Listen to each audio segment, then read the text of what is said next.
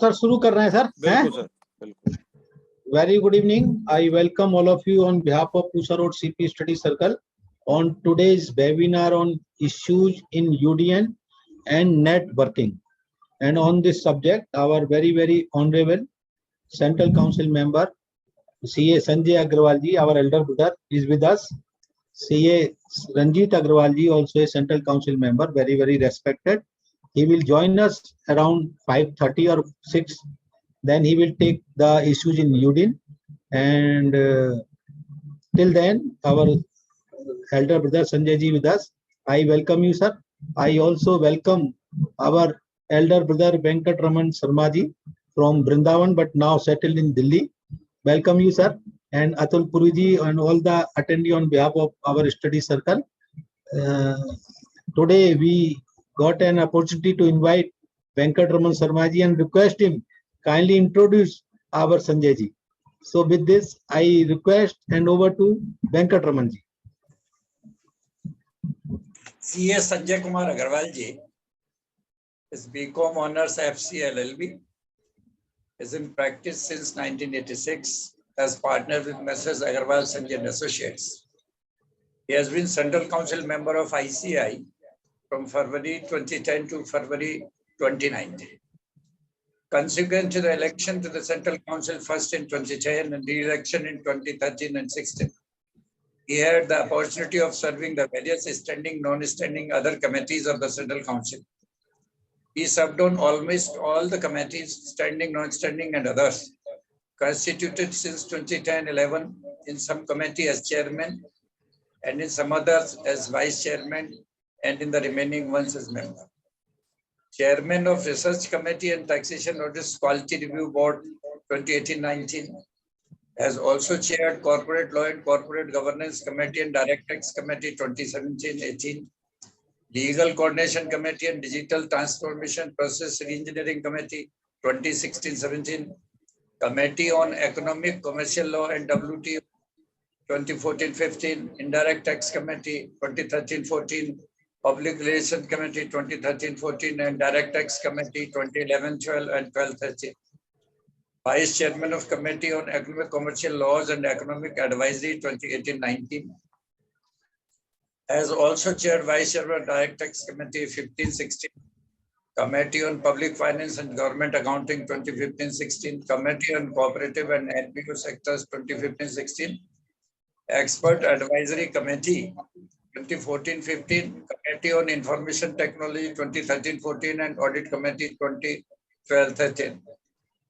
He has been in Northern India Regional Council as member and chairman 24-25. Now he has been elected as Central Council member in 2022. I wish him greater success to serve our institute in time to come. Now I request CA Sanjay Agrawal ji to say a few words and enlighten us from your vast knowledge. Jai Hind, Jai CA. Thank you sir. इसके अलावा भी मैं बता दूं संजय जी के बारे में. संजय, जब मैं रीजनल काउंसिल मेंबर था तो I got a chance to work under him. He is a so laborious and hard working person, always ready to work for the member. चाहे वो किसी भी जोन से हो, कहीं से भी फोन आ जाए, आधी रात को फोन आ जाए, संजय जी हमेशा तैयार रहते हैं. और मैंने तो इनके साथ काम भी किया है, तो इनकी वर्किंग मैं तो बहुत प्रसन्न हूँ सर से. Sir thank you sir, and to you sir, over to you sir. और एक चीज मैं भी बोलूंगा सर कि आपकी जो स्माइल है बड़ी इन्फेक्शियस है, उसको बरकरार रखिएगा. Thank you Sharma ji. मैं शायद वो दिन नहीं भूलता हूँ, जब भूल भी नहीं पाऊंगा कि जब मैं आपकी बिल्डिंग में गया और मैंने कहा साहब 2003-4 की बात है वो, कि भाई मैं इलेक्शन लड़ रहा हूँ. हमारे अनिल अग्रवाल जी जो है उस बिल्डिंग में थे, वो ले गए. हमने नया ऑफिस खोला था उनके साथ, तो इन्होंने पूरी बिल्डिंग में घुमाया और बोला देखो इस बिल्डिंग का तो जिम्मा मेरा है और जहाँ कहीं और ले चलोगे वहां का जिम्मा मेरा है. और वो जिम्मा 2003-4 से लेकर अब जो है वो 2022 तक जो है वो चल रहा है. तो मेरे को इस बात की बड़ी खुशी है. और आपके द्वारा इंट्रोडक्शन करा तो मुझे थोड़ा सा महसूस लग रहा कि शायद मैं ठीक काम करता नहीं रहा हूँ, इसलिए मुझे जो है हर बार निकाल के दूसरी कमेटी में डाल देते हैं, फिर तीसरी में, फिर चौथी में। ऐसा मुझे लग रहा है कि इस बार भी जो है मुझे जैसे इन्होंने डाला तो एक नई चीज जो है मुझे दी गई, एक पब्लिक रिलेशन। तो अभी क्या हुआ कि राजेश जी मुझे कहने लगे कि भाई इनकम टैक्स पे कुछ बोलो, तो मैंने कहा देखो अब आजकल मैं एकेडमिक पे कम बोल रहा हूँ, और जो है जनरल आप मुझसे जो है पॉलिसी पे बुलवाइए, आप वर्किंग पे बुलाइए, अपॉर्चुनिटी पे बुलवाइए, आप किसी चीज पे करें। तो फिर नेटवर्किंग जो है वो एक ऐसा टॉपिक जॉट डाउन किया, जिसको फाइनलाइज किया कि जिसको हम वर्किंग करें। तो मैं ये बताऊंगा कैसे अपनी नेटवर्थ को आपको बढ़ाना है थ्रू नेटवर्किंग। राजेश जी अपने पास कितना समय है? समय ही समय है सर आपके पास। नहीं नहीं, वो हम तो रंजीत भाई, लिमिट, सर हम तो आपको लिमिट कर ही नहीं सकते ना सर। नहीं फिर भी रंजीत भाई को कितने बजे का दिया है? उन्होंने कहा था कि मैं 5:30 के बाद ही ज्वाइन करूंगा। अच्छा ठीक है, ओके। तो मुझे बता देना। मैं इस पूरी नेटवर्किंग को क्योंकि सीरियस बहुत ज्यादा अपने को चीजें आजकल लेनी है, पर मैं इसको एक छोटा सा एग्जाम्पल दे के इसको एक्सप्लेन करूंगा कि नेटवर्किंग क्या है। नेटवर्किंग में 3 मॉडल हैं, और अल्टीमेटली नेटवर्किंग का रिजल्ट क्या होना है, ये एक विषय है जिसको हमको आज हम आपसे इस पर डिस्कशन करेंगे। The relationship between a man and a woman or a boy and a girl starts with fellowship. And then if you like it, you can grow that fellowship to an engagement. You further like it, then you develop to a marriage. And if you further like it, then you can expand it. So this is the networking in nutshell, in short. 3 models, 1 alliance, the another is networking, and the third is lead form. अब मैं अपनी presentation पे आपको लेके जाऊं उससे पहले, why it was required. The guidelines of the networking was already there with the issue. When I was in the last term, prior to this term, at that time when we were examining why in India we have not been able to build up certain big firms. So we analyzed 4 or 5 things. One is this: when you were introducing me, V.R. Sharma ji, you said I am a partner in Agarwal Sanjay and Associate. Now this name itself I am carrying from 1986. And today, if suppose Atul Puri ji comes and he says that look, we two can work together, but the thing is this: you have to change your name from Agarwal Sanjay and Associate to Atul Puri and Company.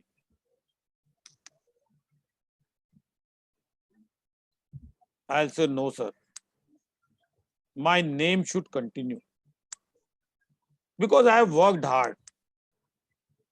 I worked for 25 years, 30 years. Now I'm in 36 years of my practice. So this name has become a problem.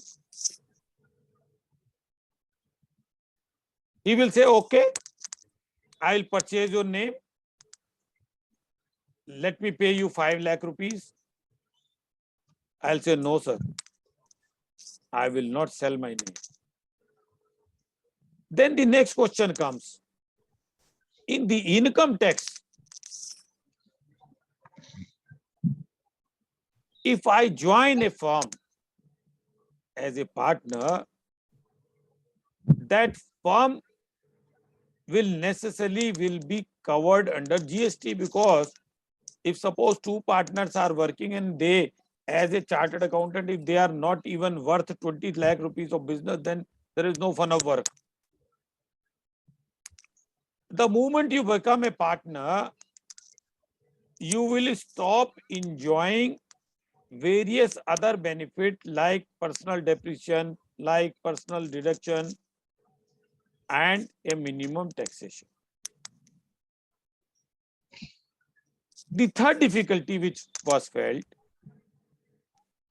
that if suppose today I say that let us form a firm, I take the name of Sanjay S, Rajesh R, Venkat V, SRV A, Atul. Now, if suppose after 5 years, 7 years, 10 years, I say you leave the firm, Venkat, you go. In that case, what will happen? What is that name?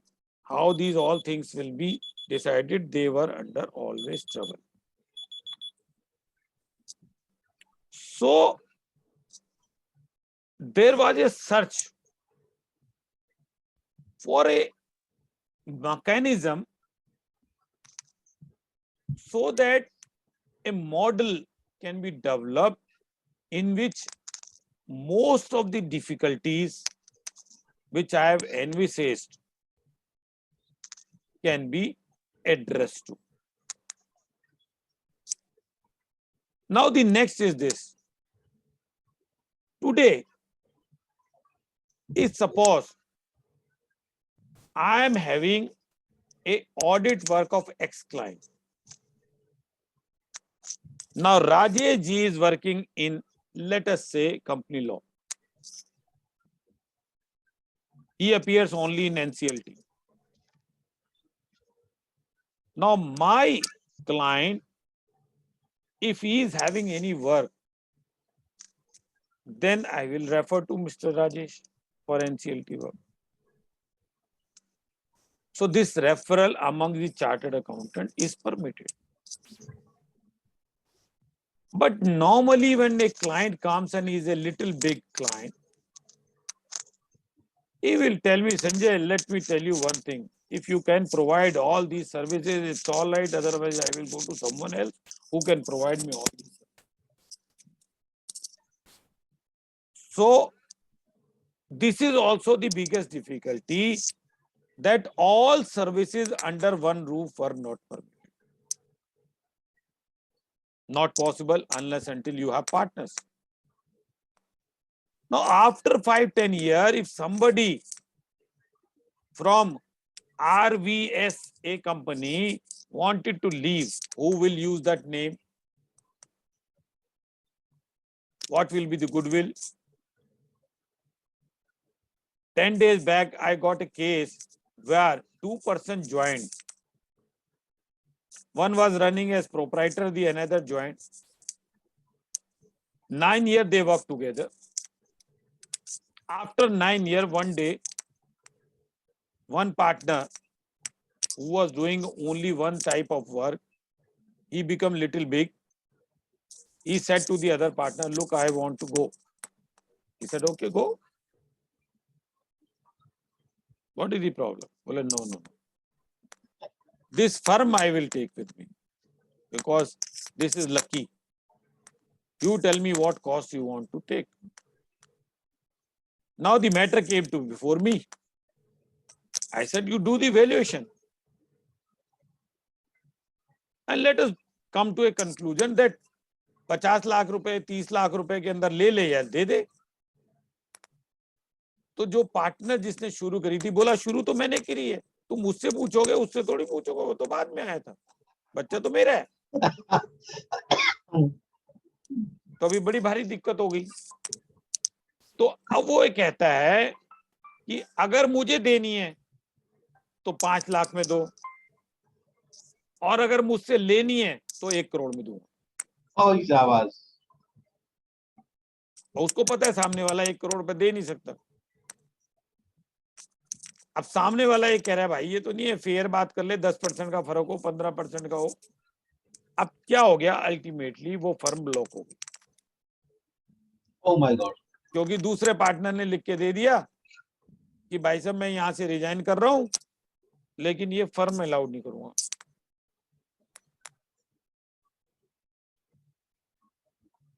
अब सवाल ये है कि ये जो difficulties आती हैं वो कैसे हैंडल हो, ये इंस्टीट्यूट के अंदर एक बड़ी भारी समस्या है। तो हमने क्या किया कि ये एक टाइम बीइंग हमने कहा कि सीधी की सीधी पहले दिन ही शादी फिक्स हो गई, मैरिज मत करो, आप लोग जो है पहले जो है फेलोशिप करो, अगर बन जाए कुछ आगे चल जाए, बहुत सारे डिसएडवांटेज जो तुम्हारे वहां के हैं वो अपने पूरे कर लो, अपनी एक्सपर्टीज डेवलप कर लो, और अगर उसके बाद आपको लगे तो आगे बढ़ो, और अगर और उससे आगे बढ़ जाए आपकी चले तो आगे चलो। और इस नेटवर्किंग के अंदर हमने तकरीबन सभी चीजों को डालने की कोशिश करी। राजेश भाई जी सर। इसके अंदर हमने कुछ चीजें और हमने अभी इम्प्रूवमेंट के लिए एक ग्रुप, जब हम काउंसिल में दोबारा एंटर हुए तो हमने पाया कि इसके अंदर 1-2 चीजें और डिफिकल्टी आ रही, तो उसके लिए भी हमने लगाया ताकि ये नेटवर्किंग जो है एक्चुअल में नेटवर्थ बन सके। तो अब इसके लिए हमने क्या किया,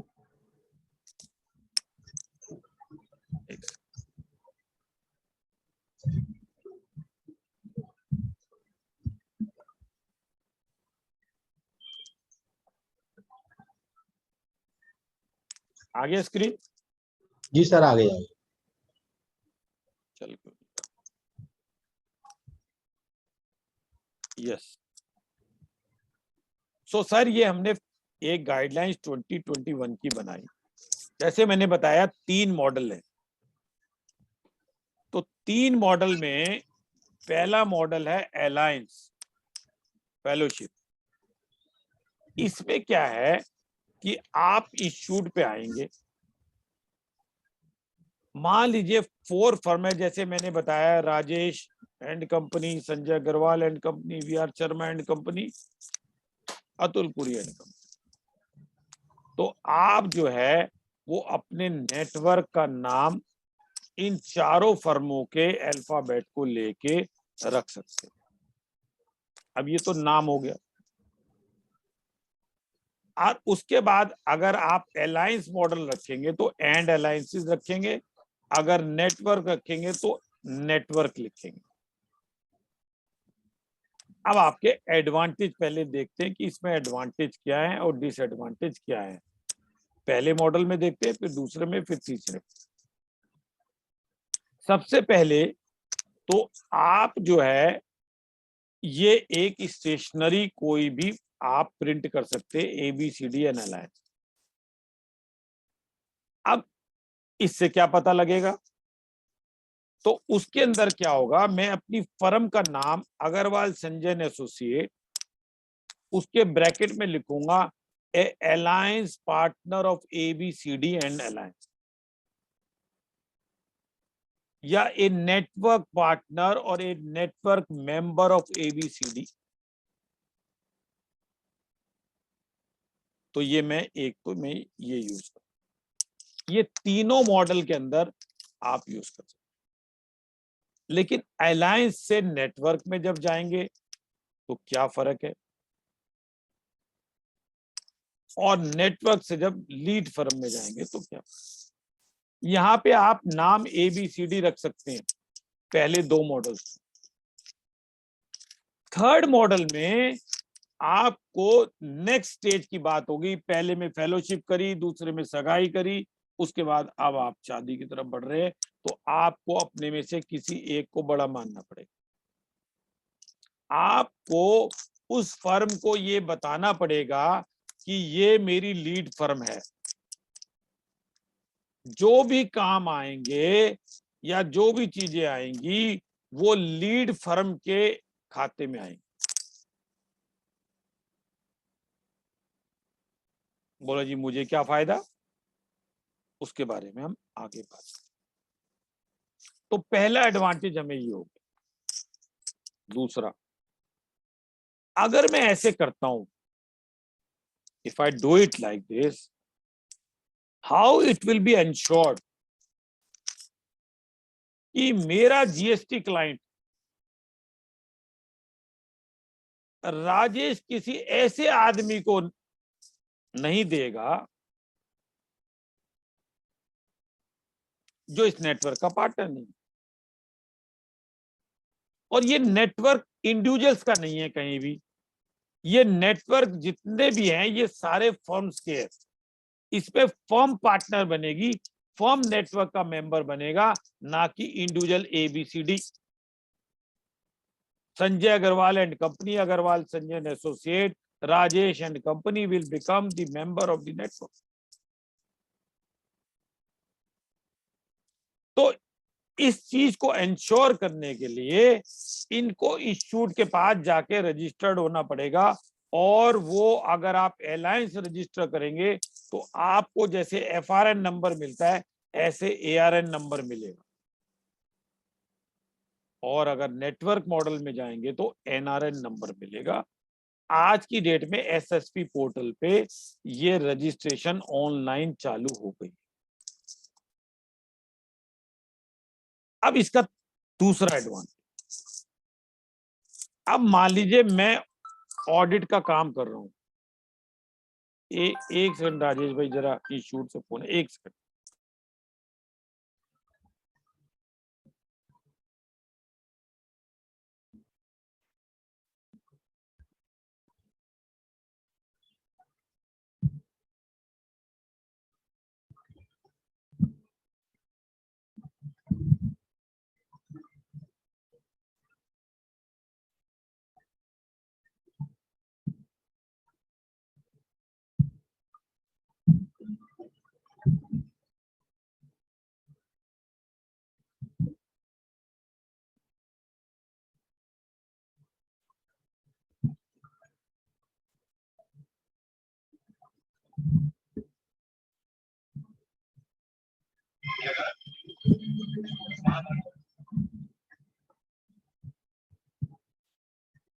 सॉरी राजेश भाई, सॉरी। अरे please sir, please, no sorry नहीं, सर। वही वाला मैटर चल रहा है वो यार।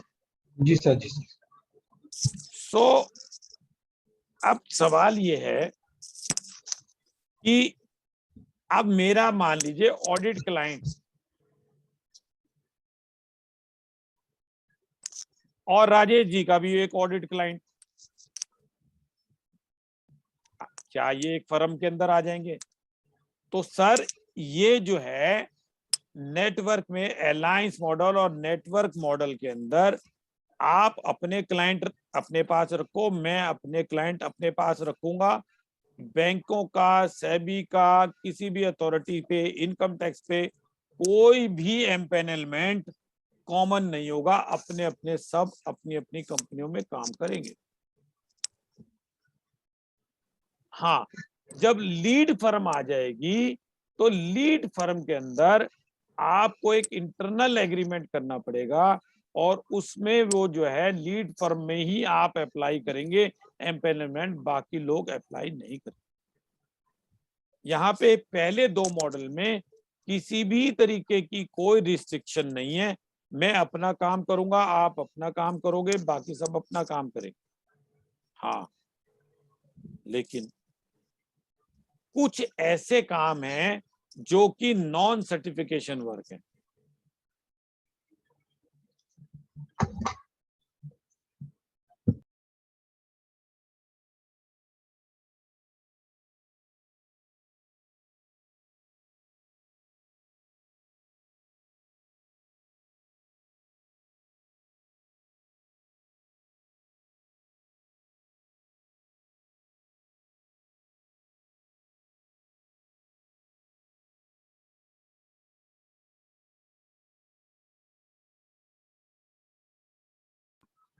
सर आप म्यूटेड हो गए हो सर, आप अनम्यूट कर लो सर। अच्छा, सॉरी सॉरी, अब ठीक जी है। सर, हाँ, नाउ इट्स ओके। अब इसके अंदर ये है कि कन्फ्लिक्ट कहाँ है। अब मान लीजिए मैं ऑडिट कर रहा हूँ स्टैट्यूटरी, राजेश जी कर रहे हैं इंटरनल ऑडिट और शर्मा जी कर रहे हैं जीएसटी का काम। एज ऑन टुडे अगर मैं अपनी फर्म में काम करूंगा तो मैं स्टैट्यूटरी और इंटरनल ऑडिट एक साथ नहीं कर सकता। तो नेटवर्क के अंदर पहला ये एक डिसएडवांटेज आएगा कि काम तो राजेश जी अपना करेंगे, मैं अपना करूंगा, लेकिन अगर एक्स क्लाइंट का स्टैट्यूटरी ऑडिट है तो उस एक्स का इंटरनल ऑडिट नेटवर्क पार्टनर नहीं कर पाएगा। तो इसका कोई मैकेनिज्म आपको डेवलप करना पड़ेगा कि जब भी किसी का ऐसा कोई काम एक्सेप्ट करे जो कि सर्टिफिकेशन है, तो वो आपको जितने भी नेटवर्क के पार्टनर हैं उनको इंटीमेट करना पड़ेगा कि ये हम काम कर रहे हैं, आप कोई कंफ्लिक्ट ना आए, तो इसलिए आप उसको नहीं एक्सेप्ट करें। इसका सॉफ्टवेयर वगैरह बनाने की कोशिश कर रहे हैं, शायद बन जाए तो उसमें आपको आसानी मिलेगी।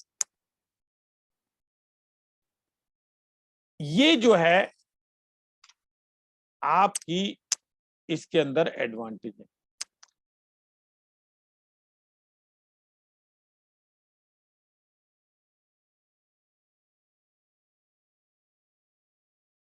सर आप म्यूटेड हो गए हो सर, अनम्यूट करो। कैसे हो जा रहा है अपने आप? Sir yes. अब ये जो है, अब मान लीजिए मेरे पास, मैं जीएसटी का काम करता हूं लेकिन मैं ऑडिट नहीं करता। मैं जीएसटी का काम करता हूं, मैं कंपनी लॉ का काम नहीं करता, मैं एचआर का काम नहीं करता, मैं इनकम टैक्स का काम नहीं करता। तो मैं जो है वो राजेश जी को या शर्मा जी को वो क्लाइंट का रेफरल दे दूंगा कि साहब आप इनका इनकम टैक्स का काम कर लो, मुझे मेरे 10% दे देना। Sharing of fees is allowed in this network in the way you want. आप अपने नेटवर्क एग्रीमेंट में कुछ भी लिख सकते हैं। अब चलिए, अब मैं कह रहा हूं कि मान लीजिए मैं दिल्ली में, साउथ दिल्ली में हूं, राजेश जी सेंट्रल दिल्ली में, अतुलपुरी भाई साहब गुड़गांव में है और वेंकट रमन जी मान लीजिए देहरादून में। अब ये नेटवर्क फर्म आपस में ये भी डिसाइड कर सकती है कि अगर साउथ दिल्ली का कोई काम आएगा तो वो जो है राजेश जी करेंगे या संजय अग्रवाल करेंगे, और जो काम लेके आएगा उसको उसका रेफरल कमीशन दिया जाए। आप ये भी बाउंडेज लगा सकते हैं कि एग्जिस्टिंग क्लाइंट तो वही करेगा, नया क्लाइंट आएगा तो वो नेटवर्क फर्म में करेगा। देहरादून वाला दिल्ली के काम करेगा, ये भी हो सकता है, दिल्ली के काम नहीं करेगा, ये भी हो सकता है। देहरादून वाले को मैं सारे देहरादून के अलावा मैं यूपी के, उत्तराखंड के, उत्तरांचल के सारे काम जो है वो अपने आप कहीं से हैंडल करेगा, मुझे नहीं पता, कोई भी काम आएगा वो करे। अब क्या ये जरूरी है? मान लीजिए आप मेरे को एक क्लाइंट देते हैं, मैं तो कहता हूं साहब मैं तो राजेश जी इसके अंदर 40,000 फीस लूंगा, और आप कहते हो मैंने तो बात कर ली है 5,000 रुपए में। तो ये नेटवर्क पार्टनर की इच्छा के ऊपर डिपेंड करेगा कि वो जो है उस काम को एक्सेप्ट करे या नहीं। तो इसमें ये आप आपस में कर सकते हैं। अब सवाल ये आएगा कि ये जो नेटवर्क है ये जो है आपका एओपी रजिस्टर्ड होगा, ये जो है आपका एओपी रजिस्टर होगा। और मान लीजिए आपको एक अपने कार्ड पे ये प्रिंट करना है कि I am having offices in South Delhi, North Delhi, Gurgaon, Dehradun, UP, Bombay, तो आप वो सब ऑफिसेस भी क्लेम कर सकते हैं अपने कार्ड पे, अपनी स्टेशनरी पे, सब जगह। और आप जो है वो अपने पार्टनर को वहां पे भेज सकते हो कि भाई मेरा पार्टनर वहां है, आप वहां जाएं। तो इससे क्या है, आपकी नेटवर्थ बढ़ सकती है। फिर जैसे पार्टनरशिप के अंदर अगर कोई आना चाहे या जाना चाहे, जैसे मैंने बताया कि फर्म का नाम चेंज हो जाएगा, फर्म किसी की रहेगी। यहाँ पे जब ऑडिट वर्क पहले 2 मॉडल में या सर्टिफिकेशन वर्क लोग अपने अपने उसमें करेंगे, तो इस बात का डिस्प्यूट आएगा ही नहीं।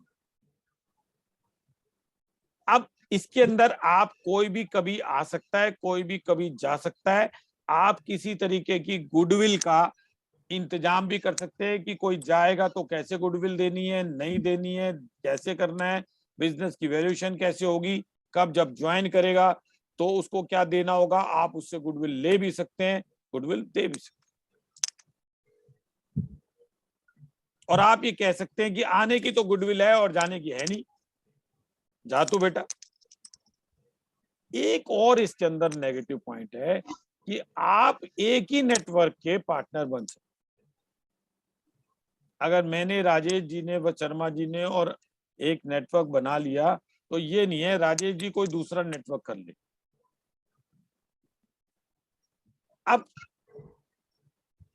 यहां पे आके आप लोगों को जो अपने कोई भी ऐसे चीजें हो तो वो आप मुझसे पूछ सकते हैं।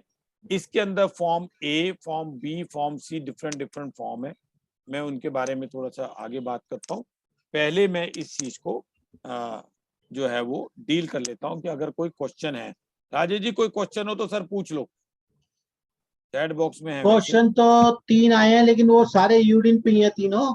तो वो यूडिन का फादर जब आएगा तो देगा, अगर हाँ, नहीं देगा तो फिर देख लेंगे। संजय जी से मेरा क्वेश्चन है कि जो नंबर ऑफ ऑडिट्स हैं वो हाँ। नेटवर्क के हिसाब से, नंबर ऑफ अलाइसेंस के हिसाब से होंगे या इंडिविजुअल होंगे? नहीं सर, यहाँ पे नेटवर्क के पहले 2 मॉडल के अंदर नंबर ऑफ ऑडिट जो है वो फर्म की अपनी अपनी होगी। यहाँ पे पहले 2 मॉडल में सर्टिफिकेशन का काम, ऑडिट का काम इस अलायंस में नहीं होगा, इस नेटवर्क में नहीं होगा। ओनली नॉन ऑडिट वर्क होंगे। ठीक है सर, थैंक यू। ठीक है ना जी।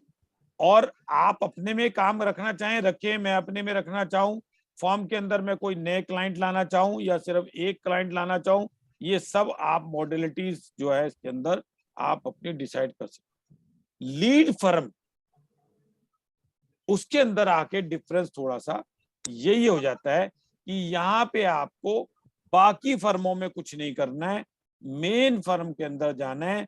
और जब आप मेन फर्म के अंदर लेंगे तो उस फर्म के जितने भी ऑडिट हैं उनका उस फर्म से ही लेना होगा, बाकी फर्मों की ऑडिट की लिमिटेड नहीं होंगी। यहाँ पे आके थोड़ा सा फर्क हो जाता है, इसलिए इसके फॉर्म्स अलग है। ये दोबारा समझाएंगे? सर इसके अंदर आपको एक को बड़ा मानना है। जैसे क्या हुआ, पहले मैंने, आपने, राजेश ने अलायंस करी, अलायंस करने के बाद हमारा मन और बढ़ गया तो हमने उसको नेटवर्क में कन्वर्ट कर दिया। उसके बाद राजेश जी की फर्म हमें लगा कि बड़ी है, इनकी स्ट्रेंथ पे ऑडिट आते हैं, तो हम जो है इंस्टेड ऑफ उनको पार्टनरशिप एज ए ज्वाइन करें, हमने उनको लीड फर्म में ज्वाइन कर लिया। हमने कहा साहब हम ऑडिट नहीं करेंगे, आप ऑडिट फर्म लेंगे और नेटवर्क की जो स्ट्रेंथ है वो आपको हम उसमें दे रहे हैं। ये सीएजी वगैरह में सब लोगों में बातचीत कर रहे हैं इंस्टीट्यूट वाले कि हमारी लीड फर्म को क्रेडिट दें आप उसका। और इसके अंदर ये भी डिसाइड कर सकते हैं कि कल को अगर मान लीजिए कोई नेटवर्क का पार्टनर चला जाता है तो उसको कैसे रेम्युनरेशन देना है, कैसे उसको गुडविल देनी है, जो काम जो है, क्योंकि जिस लीड फर्म को है वो लीड फर्म को ही उसकी स्ट्रेंथ पे मिल रहा है, तो इसलिए वो आपको वहां एक छोटा सा डिसएडवांटेज है। जब आप इन तीनों स्टेजेस को क्रॉस कर लेंगे तो चौथी स्टेज आएगी, या तो आप एक लार्जर फर्म बनाएं या फिर आप एक एमडीपी बनाएं। Thank you sir, thank you. So then he'll call back. ठीक है सर। तो ये जो है आपका, आप जैसे मान लीजिए आपका इस पे फॉर्म ए है,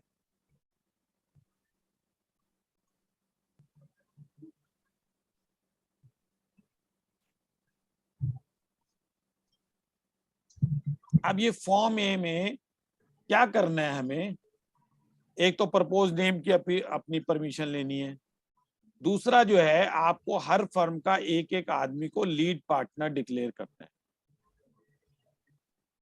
फिर आप उसका ऑफिस कहाँ रखेंगे, क्या आईडी होगा, और कुछ नहीं है, सिंपल सा प्रोसीजर है। इशूड के एसएसपी पोर्टल पे फाइल करें और आप अपने आप को रजिस्टर करें। इसमें कोई भी किसी तरीके की ज्यादा पूछताछ नहीं है। ये आप जो आप ऑथराइज करेंगे, वो ऑथराइजेशन इशूड जो है वो आपके उससे आपको जो ओटीपी है उससे वो आपको वो कर लेगा।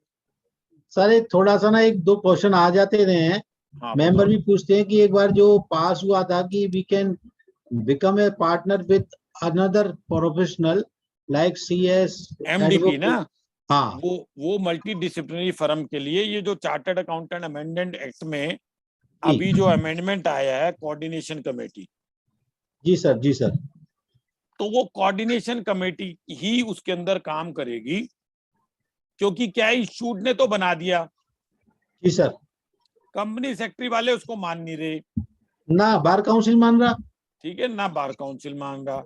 तो अभी जो है वो 4 इंस्टीट्यूशन जो हैं, 3 तो हमारी सिस्टर कंसर्न्स हो गई और चौथा आर्किटेक्चर जी एक्चुरियन, ये सब आप लोग ज्वाइन कर सकते हैं।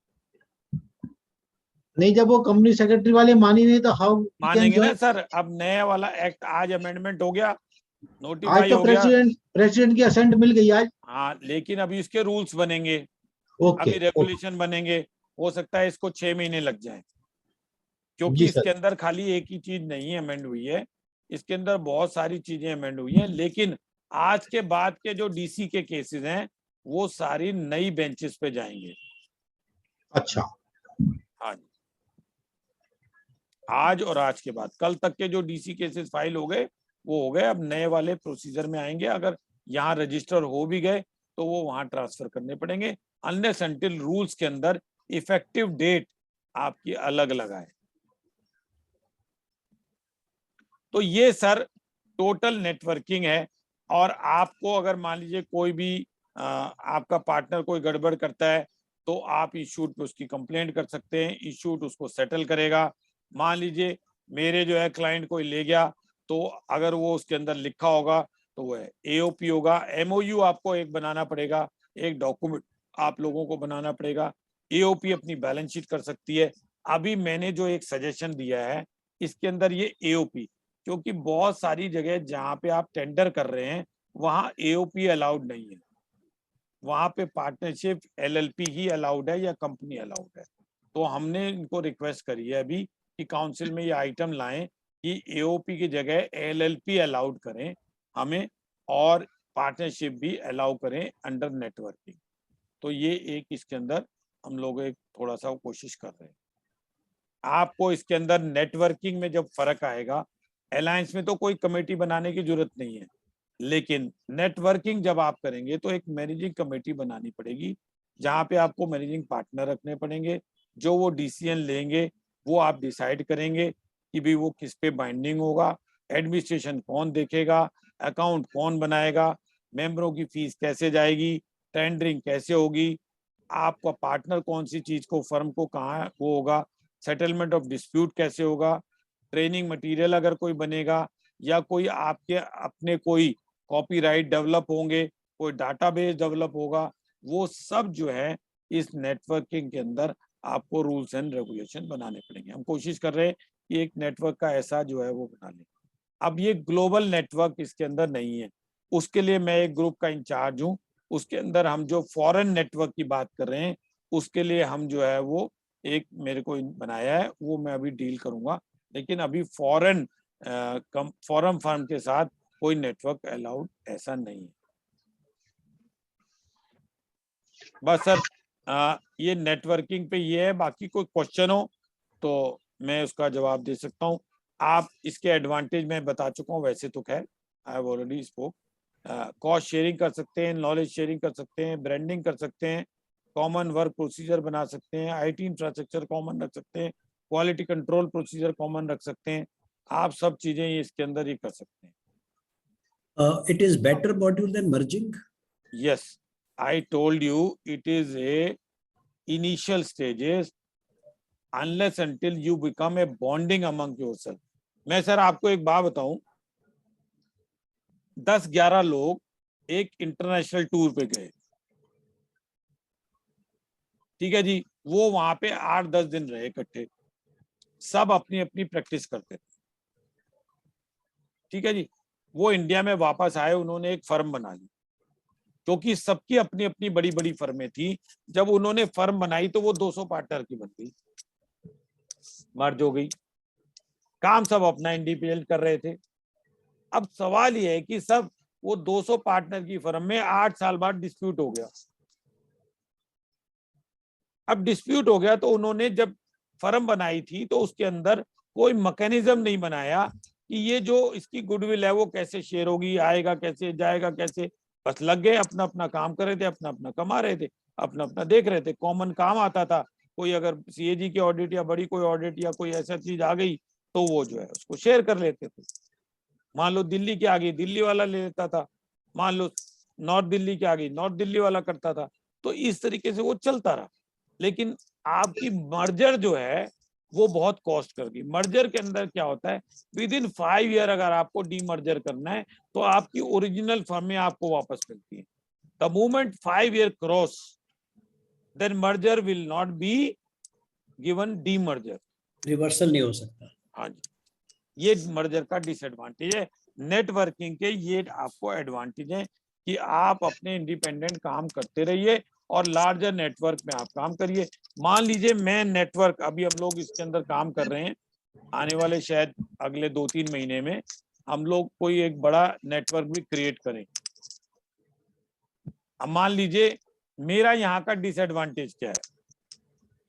दिल्ली का सबसे बड़ा डिसएडवांटेज ये है कि दिल्ली के अंदर कमर्शियल स्पेस जो है बड़ी कॉस्टली है,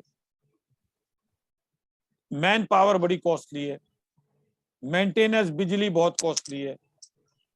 और अगर मुझे मान लो ऑल इंडिया में कहीं काम करना है तो मैं दिल्ली से अगर आदमी भेजता हूं तो मेरी कॉस्टिंग बहुत आती है,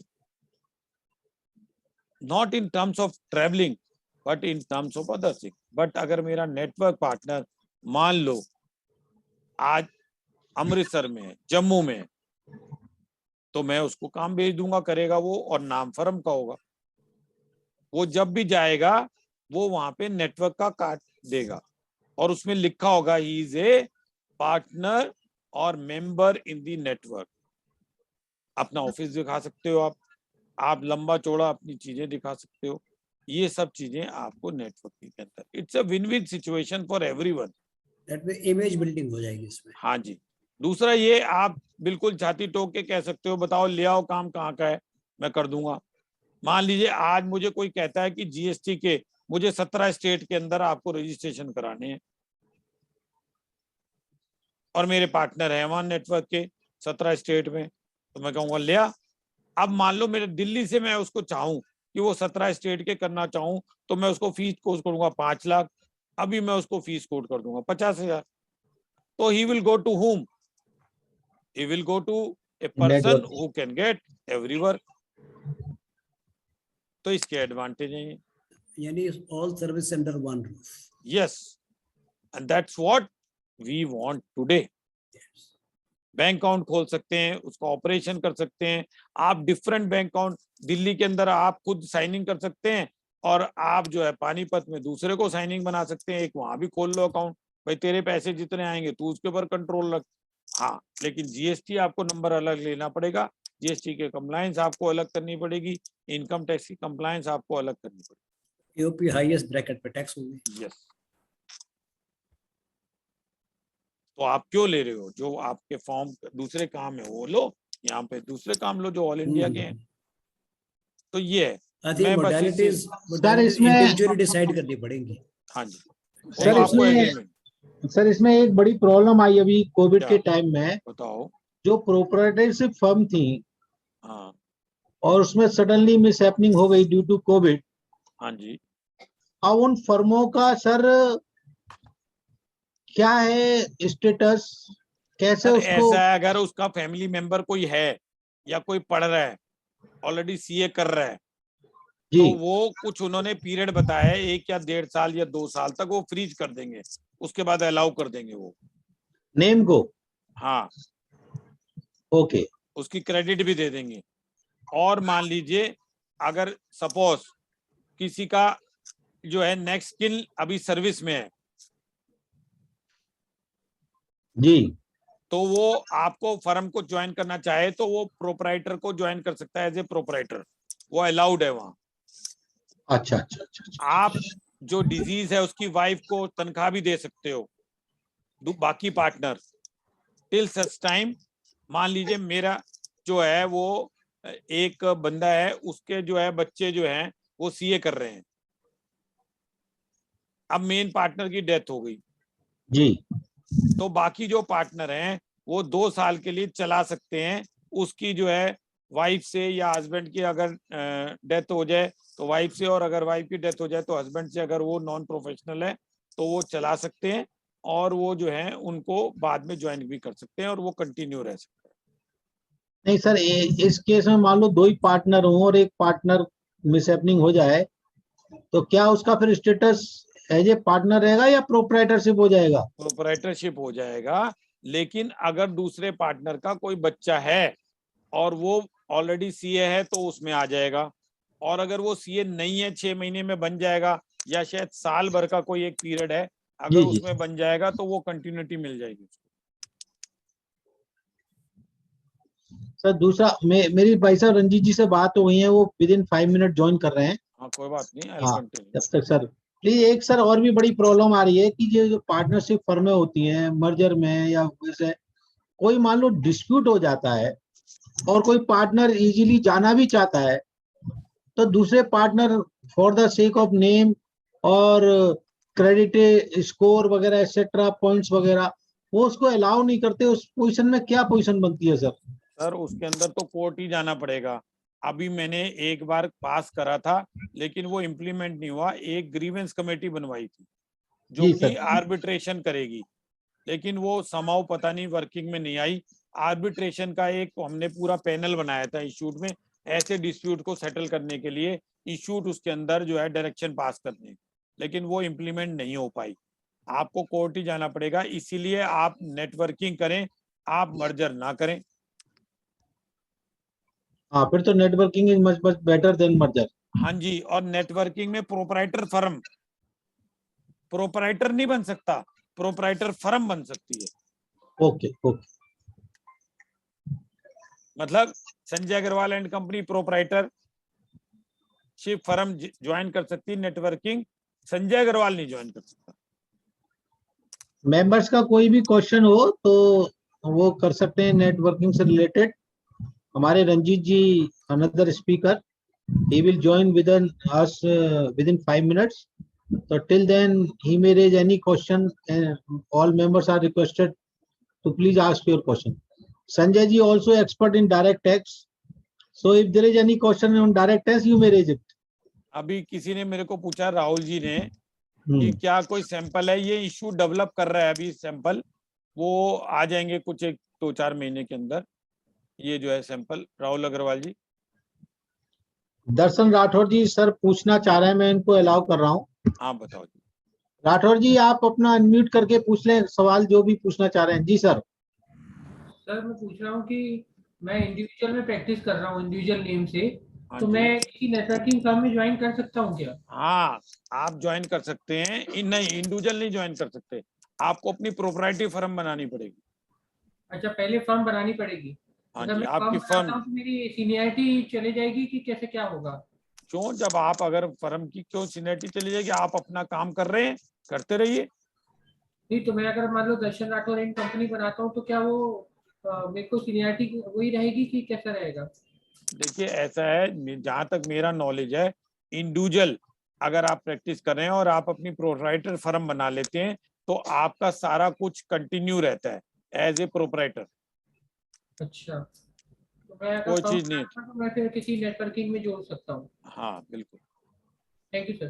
संजय जी, एक पीछे प्रॉब्लम आई है। मेरे एक कुलीग थे, he was running a proprietorship, उनकी हो गई डेथ अगस्त के हाँ। महीने में, हम्म, और उनकी बैलेंस शीटें भी साइन होनी थी। हाँ। तो उस सर्कमस्टांस में क्या बेस्ट मॉडल करना चाहिए था हमको? कौन एनओसी देगा सर उस केस में? वही तो प्रॉब्लम है ना। एनओसी उसके वो दे सकते हैं, किन दे सकते हैं, इनमें इंस्टीट्यूट ने प्रोसीजर बना रखा है। हमने यही किया था कि हमने वो जो जो थे उनको, उनका बेटा भी सीए कर रहा था। नहीं भी कर रहा हो तो आप उससे ले सकते हैं, किसी से ले सकते हैं, वरना हम्म। आपको कोई जरूरत नहीं है, आप चिट्ठी अपनी दीजिए, कम्युनिकेशन नहीं आएगा तो खत्म। ठीक, ठीक। सर कम्युनिकेशन आएगा ही कहाँ when he is not available? हाँ नहीं है तो नहीं है, लेकिन अगर वो कम्युनिकेशन करते हैं, उनकी कोई फीस पेंडिंग हो तो आप नहीं कर सकते। हाँ, फीस पेंडिंग में नहीं कर सकते। हम्म। सर जब तक 5 मिनट जो आज प्रेसिडेंट साहब ने असेंट दी है, जो नया जो आया है, यदि सर 5 मिनट यदि आप उस पर कुछ लाइट सर दे सके, कुछ मेंबर्स को जानकारी दे पाए। मैं प्रेजेंटेशन बंद कर दी। जी वैसे सर। संकेत जैन जी का एक क्वेश्चन आया होता, अगर संकेत जैन जी को एक बार करें तो वो क्वेश्चन खत्म हो जाएंगे। सर पूछो ना। संकेत जैन जी कुछ पूछना चाह रहे थे। वो कह रहे हैं sir, can you please again explain main key difference of alliance and network?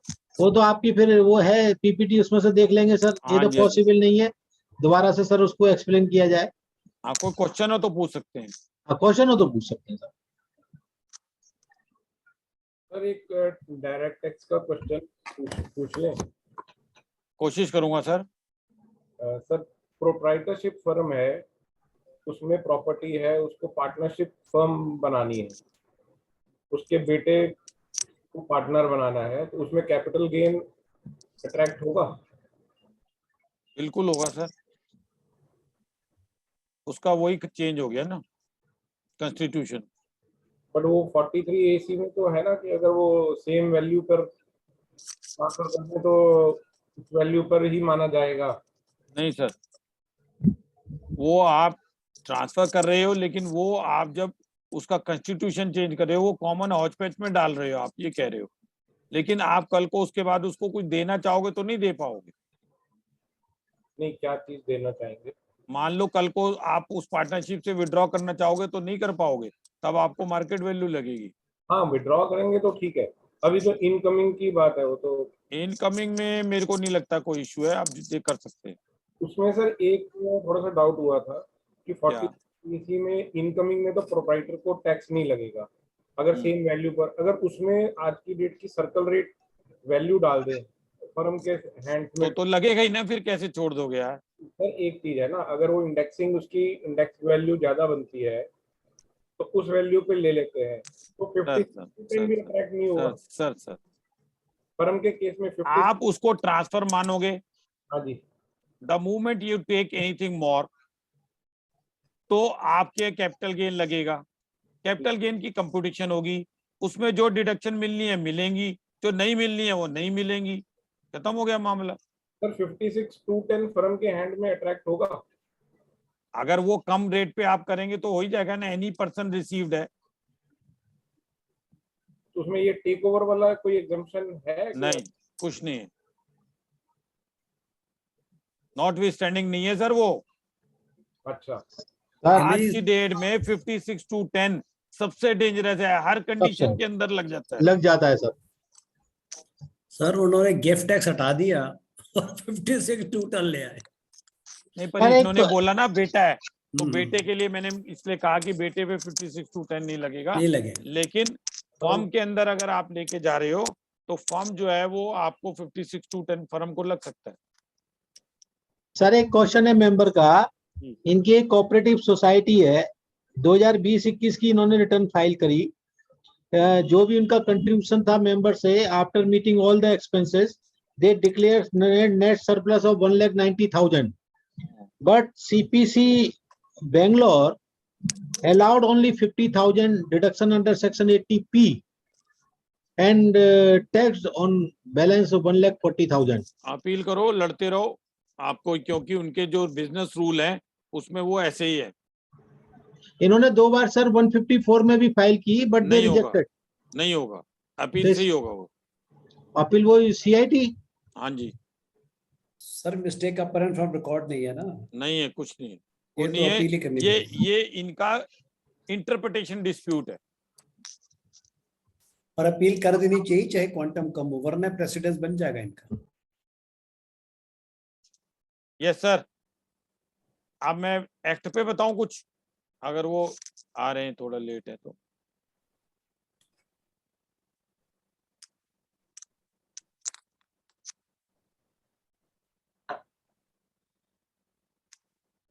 तो सर इसका मतलब प्रोप्राइटरशिप से तो कभी पार्टनरशिप फर्म कन्वर्ट नहीं हो सकती, और सर्कल रेट पर अगर उसको ट्रांसफर कर दें तो ठीक है, फिर कोई दिक्कत मतलब इंडिविजुअल में जो कैपिटल गेन आएगा उसको झेला जाए तो 56(2)(10) में बच जाएगा।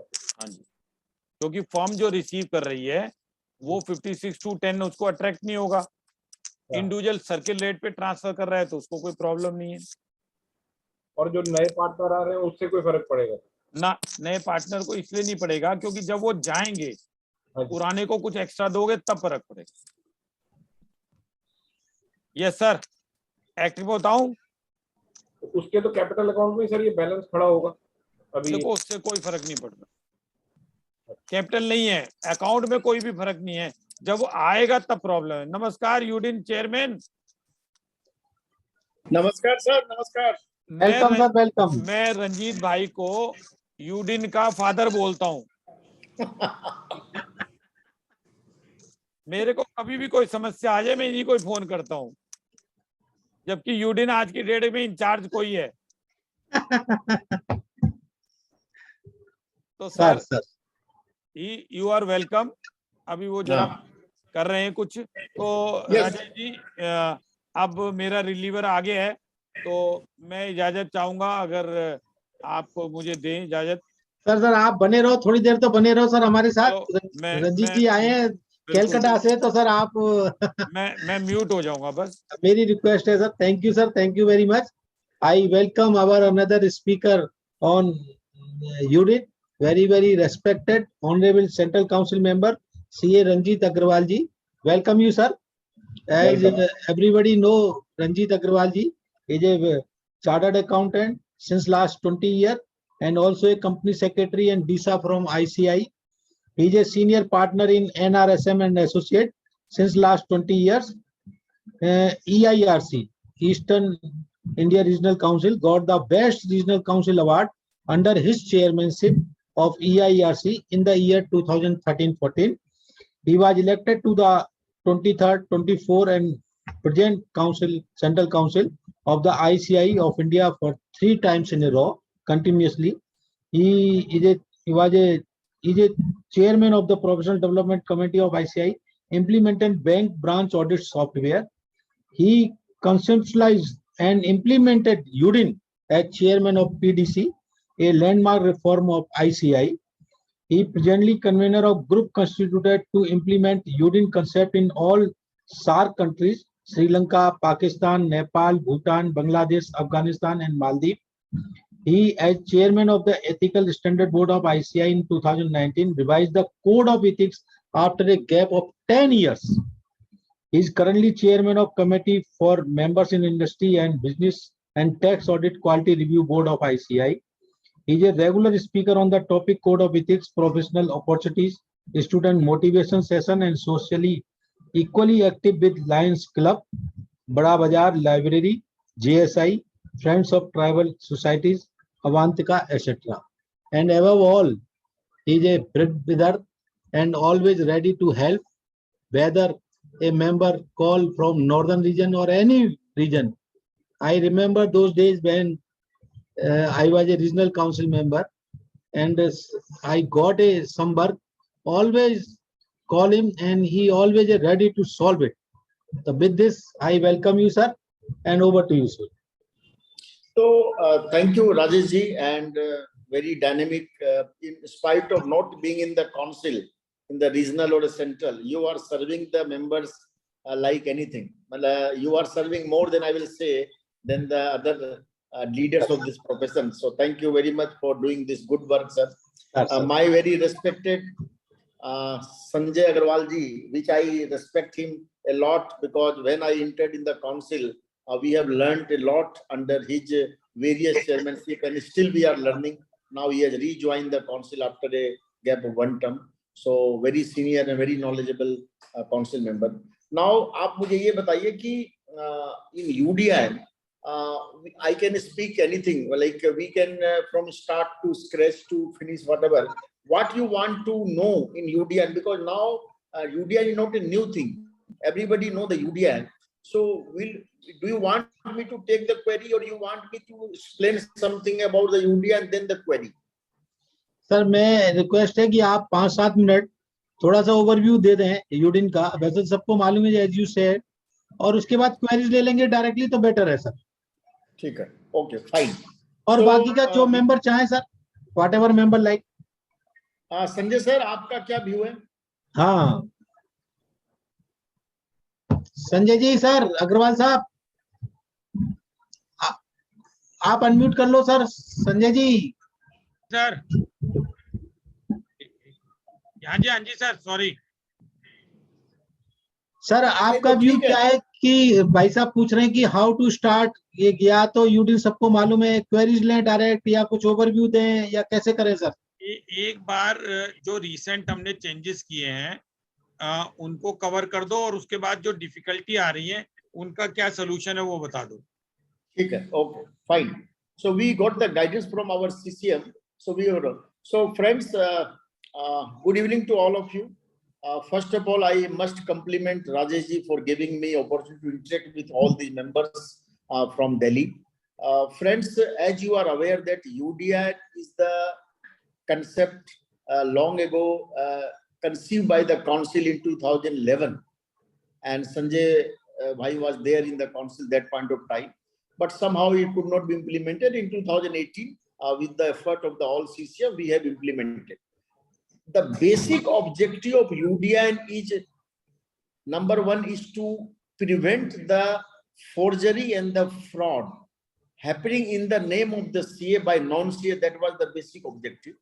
At the same time, when we have conceived this idea, we have larger picture in our mind, and our mind was now started working now, because we wanted this UDI to stabilize for 2-3 years, and then we will show to the world what power this UDI as a tool has.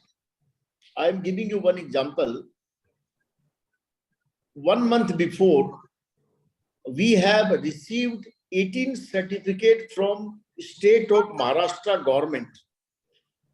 Therein, I think somebody is in the not in the mute. आप उनको mute कर दें, थोड़ा sound आ रहा है. अच्छा sir.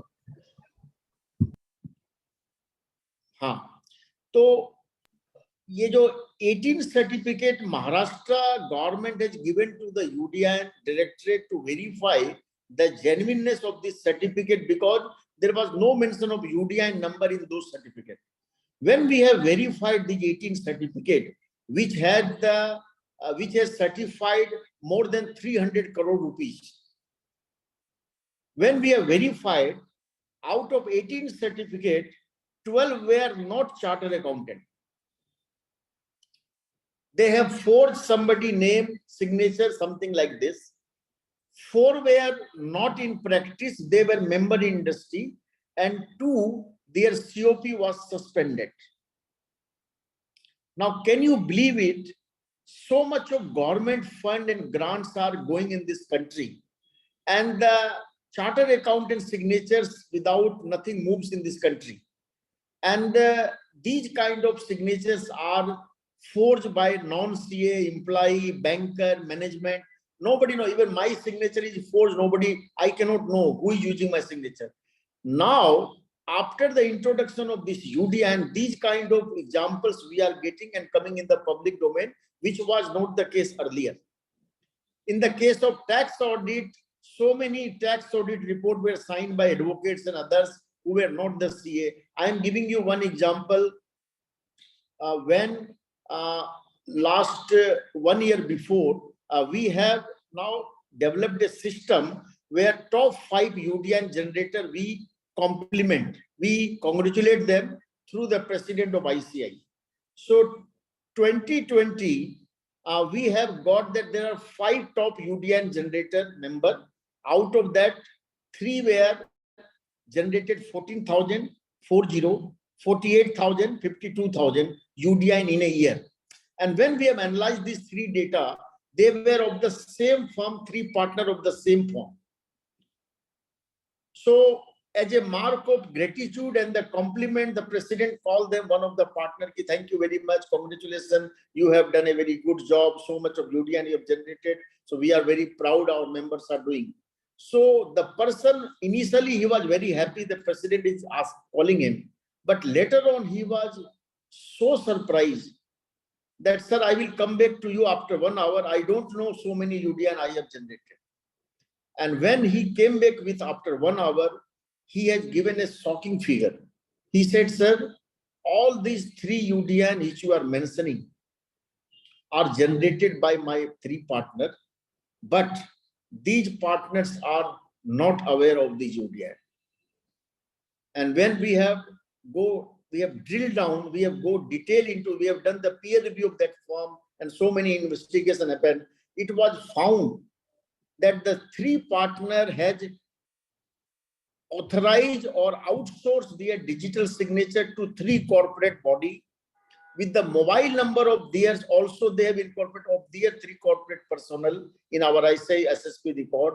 And these corporates were signing UDN, 15 CB, PMS, so many certificates, 500, 700 certificates, every day they are generated.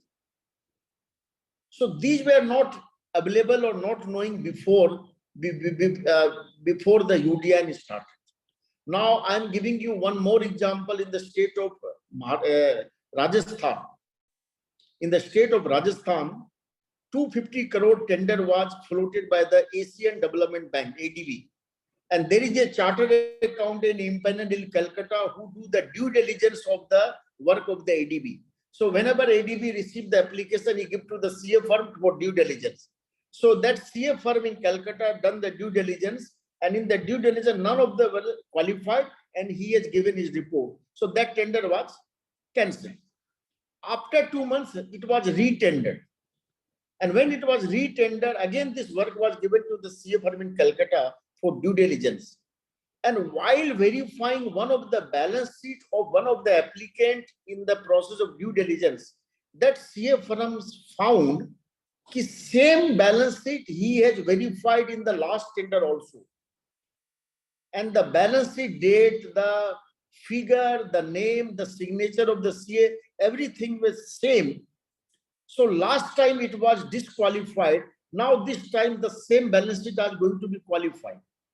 So he has gone into the detail of that balance sheet. He found 3 places, 1 figure was changed.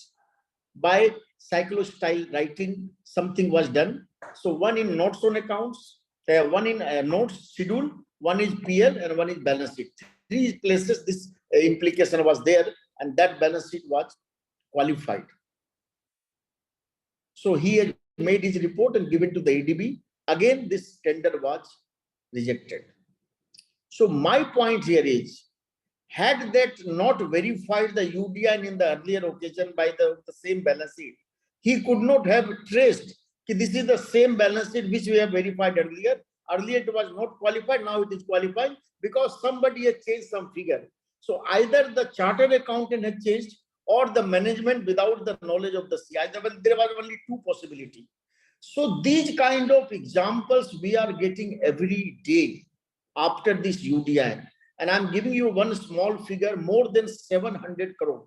700 crore of the figure like this, we have already unearthed the fraud done in the name of the CA by non-CA after the introduction of this UDN.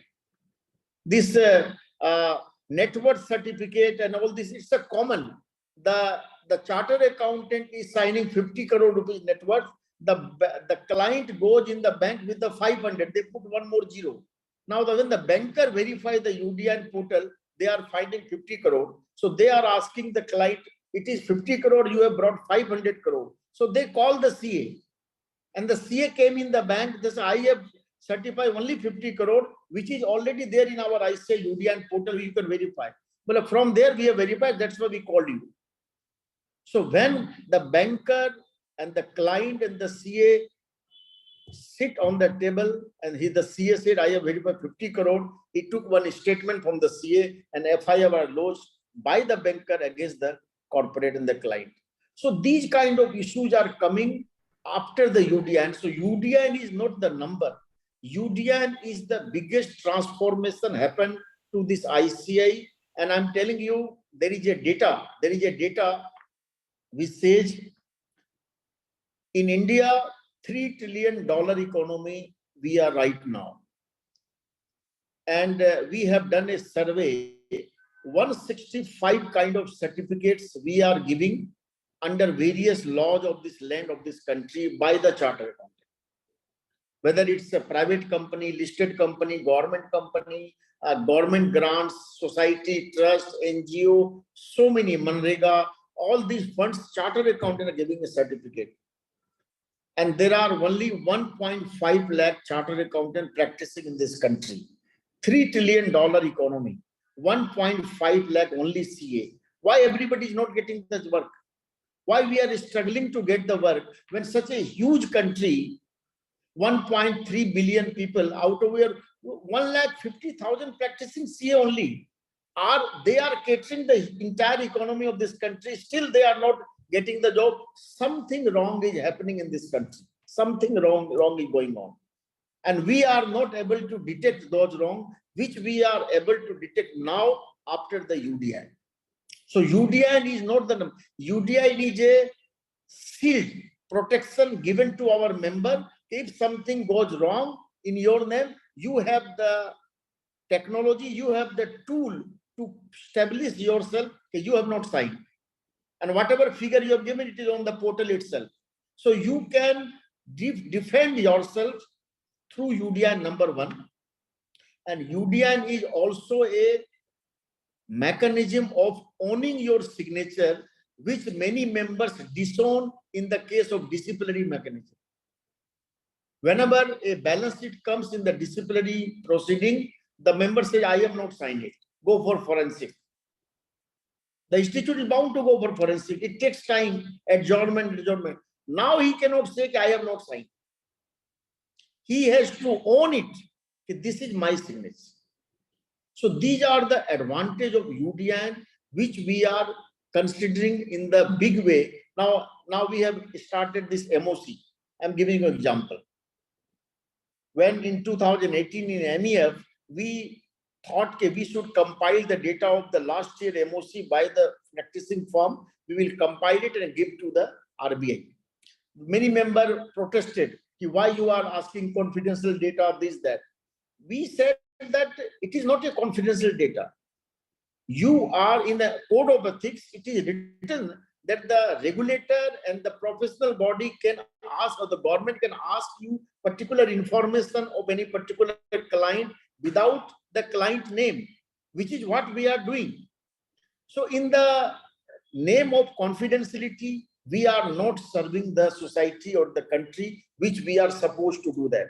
So now in UDN, we have added this MOC. Now, what is the objective?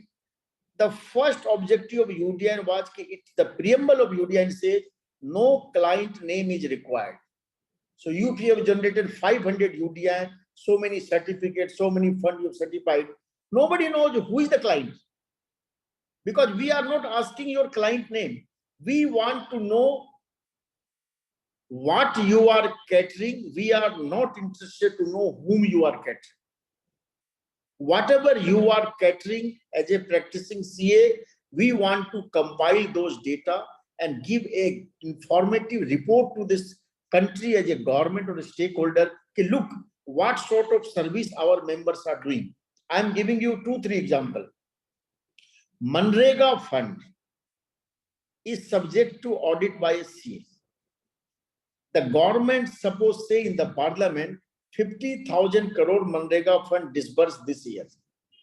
Now, when you generate the UDN of Manrega audit, we want you two data: amount utilized or amount not utilized. Now, suppose 1 year Manrega audit UDN we collected, and all these two figures we have compiled. Suppose it comes to 30,000 crore or 40,000 crore. This 40,000 crore includes amount not utilized. Now we can make a report of the Manrega audit done by our member of last year and give it to the parliament of this country. Look, our member is certified 40,000 crore rupees of Manrega fund, which includes amount not utilized. Now you are saying it's a 50,000 crore disbursed. So where is the 10,000 crore? It is up to you to investigate. We are giving you the hard facts captured from our member to the parliament of this country. On the same line, tax audit, company audit, so many audits are happening. We can compile the data, collect the data, give to the government wherever. So MOC data also we can collect, and we say last year our member has done so much of MOC, so much of account NPA, so much of divergence issue, so much of issue, and we can give it to the RBI. You are saying our members are not doing any audit. This is the result. You see, out of 47% auditable branch in this country, we have done audit. This is the report. This is the gist. Without any bank name, without any branch name, nothing. We are just compiling the figure and give it. So the UDN has a inherent quality to checks and balances. We have a system to preventive measure, then the postmortem. So by UDN also you can prevent so many fraud which are happening right now. In the UDN we have also decided that we will have the updation or requirement of UDN by various stakeholders like CBDT, GST, banks, SEBI, all the regulators, they need to know that this is the UDN number which is authentic, certified by their member, and whenever you are filing any report certificate, they will need that UDN number. So in the case of income tax also, we have done a MOU with the CBDT. So we told them that whenever some chartered accountant is submitting some report to your portal, you ask them the UDN number. So the income tax department said, okay, it's fine, we can ask the UDN number. But how do we know the number your members are putting is the actual UDN number or any number of any combination, any permutation, anything they will give, we have to accept it. So how do we know? Then they said that we can link our UDN portal with the CBDT portal. Whenever you have generated a UDN from the UDN portal, when you will put in the income tax portal will verify from the UDN portal, only then they will accept it. So these two portals are linked through API. And now the problem which is coming to our member, if you have generated UDN in the X form, 3CA or 3CB, and you are putting UDN in the Y form in CBDT portal, they will not accept. It's a mismatch. So we have to take care while generating UDN, the right form is selected. On this parameter, they are verifying 4 things: the membership number, the UDN number, the financial or assessment year, or the form you have selected. So if you have selected these 4 things in the UDN portal, same thing they will verify in the CBDT portal. If any of these things mismatch, they will not accept. So we have to be extra careful while generating the UDN in the UDN portal, which form we are selecting, which year we are selecting, which membership number, all these things are inbuilt, and then they will verify, they'll accept. So this problem of the income tax is coming. So of course, there are some issue in the income tax portal also. They have their own problem. all these parameters are matching, still they are not accepting because of their problem. But at the same time, I would like to clear that in the Income Tax Act, there is no such provision right now that if you don't give the UDN number, your return is invalid. In the Income Tax Act, it is not like this. But we have made an arrangement. ICAI and CBDT made an arrangement. You please ask the UDN number. Without, don't accept. Like in bank, if you give any certificate without UDN, they will not accept. But that does not mean that Banking Regulation Act permit like this. Banking Regulation Act does not have this clause. UDN you have to mandatorily take from the CA. But they have said that if you don't give the UDN, we will not accept. SEBI, if you don't give the UDN number, they will not accept any report. So like this is the good governance, so that your UDN should not be used by other person. Your UDN should not be misused. And you have to take only one precaution. You have to be careful while generating the. That's it. It's a very simple. Be careful which form you are generating. Same form you have to accept. So this is the UDN concept, which now we have already passed 2-3 important things, which we are not so far able to implement, but we are in the process to implement. Number 1, NOC, no objection certificate or communication with the previous auditor. There are 3 options right now. Either you can hand deliver the letter, you can send a registered AD, or you can now also go through the registered email ID also. Now registered email ID also you can communicate with the previous auditor, provided the previous auditor respond to that email. If it does not respond, then communication will not be said complete. Now we have also decided that this UDN portal will also be used as a 4th way of communication with the previous auditor. The council already cleared it. The guideline we have prepared. Because of the vendor constraint, we are not able, but gradually it will come. And this 4th option will also be given to the member. Through UDN portal also, you can communicate with the previous auditor. The modality, the guideline, we will give it to you. This is the one development. There are 2-3 issues also which we are facing, like the member is no more. He has signed the balance sheet, but before generating the UDN, he is no more. So what to do? Who will generate the UDN? And how this UDN, without UDN, that balance sheet will be invalid. So this issue also came to the knowledge of the council, and we have decided, like in articleship form, membership form, this provision is there. If the principal is not there or article, so they can go by the, in the case of partnership firm, another partner can sign. In the case of proprietorship, legal here can sign, and all this arrangement. So on the same line, we have also decided in the case of UDN, if the principal is no more before generating the UDN, the same process will be applicable. So the guideline already issued in this regard. There is one more issue came that bulk UDN, 500, 600 UDN you have to generate. So we have given a form in Excel format.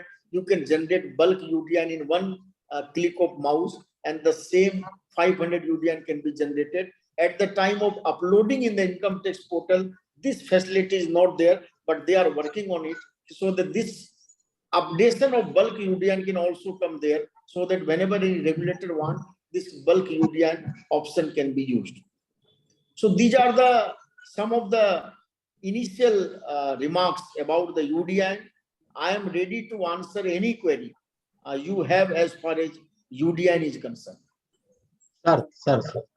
Thank you, sir. Thank you very much. I must congratulate you on this innovative thing, and so much so that even the department has started this UDN in all its communications. Now, I have one question about it. Okay. That generally when we generate a UDN, and sometimes the figures are mistyped. So we have to revoke that UDN and create a fresh one. is any adverse view taken by the institute when some of the UDNs are revoked? No. No. No adverse review. Only precaution you have to take at the time of revocation of UDN, because we have developed a system. Suppose you have generated a UDN and given to the client or third party. Say, for example, after 3 days, you want to revoke it. So in this intermediate period, somebody has verified your UDN. It might possible in 3 days, somebody has checked your UDN. The moment you revoke it after 3 days, those who have checked your UDN will get an alert SMS that the UDN you have checked on so and so date has been revoked.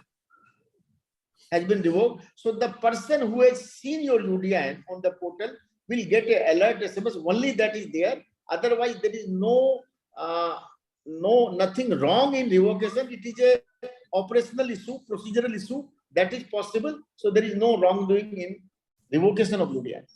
Thank you, sir. Thank you. Sir अब छोटे छोटे question है, मैं पूछ लेता हूं sir.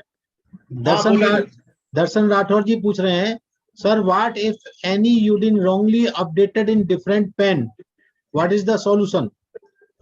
I told you that right now. So right now, income tax portal is not accepting because wrong form or wrong PAN UDN is PAN. You are saying PAN or form? PAN. Permanent account number. PAN number is not mandatory in UDN, sir, because we already said no client data is required. So you are asking your member PAN, which is not required there. Client name PAN not required. It is a optional. It is a optional given there. You can give it, you don't give it. So PAN number, if even you have generated, no problem, because in UDN or income tax portal, PAN number is not matched. There are only 4 parameters I told you: UDN number, form number, financial or assessment year, or form number. These are the 4 things matched by department. Sir, next question, Ravi Gupta ji is asking, UDIN has been generated for form 3CA under first proviso to section 44AB. Instead of choosing form 3CA third proviso to section 44AB, income tax portal is not accepting the UDIN in updation. No, that may not be the case, because 3CA and 3CB, only 2 options we have devised there. 3CA 1, 2, 3, 4, the various sub clauses there, which is not matched by the department. Okay. So in this case, there is some problem in the income tax portal, because there are many cases we have all the parameters are okay, still they are not getting accepting as a updated UDI. So some portal problem is there. Okay. Harish Mehra is asking, इन्होंने sir UDIN generate किया 9/11/2021 को, form 3CA 3CD में update करके इन्होंने डाल दिया, लेकिन जब सेलेक्ट किया तो 3CB की जगह कर्सर भाग गया और दूसरा जनरेट हो गया. The UDIN so generated is mentioned in audit report 3CA 3CD as per my practice. Now updating the UDIN in income tax side after almost 6 months, it shows UDIN gets failed, and I noticed the above error of selection of UDIN form in ICI side. The form of audit report was submitted in form 3CA 3CD. As such, it gets failed. The return has been processed and refund already received. What can be done now? No, even if return is processed, because as I told you now, non-submission of UDN will not make your return invalid. This is the principle as per Income Tax Act.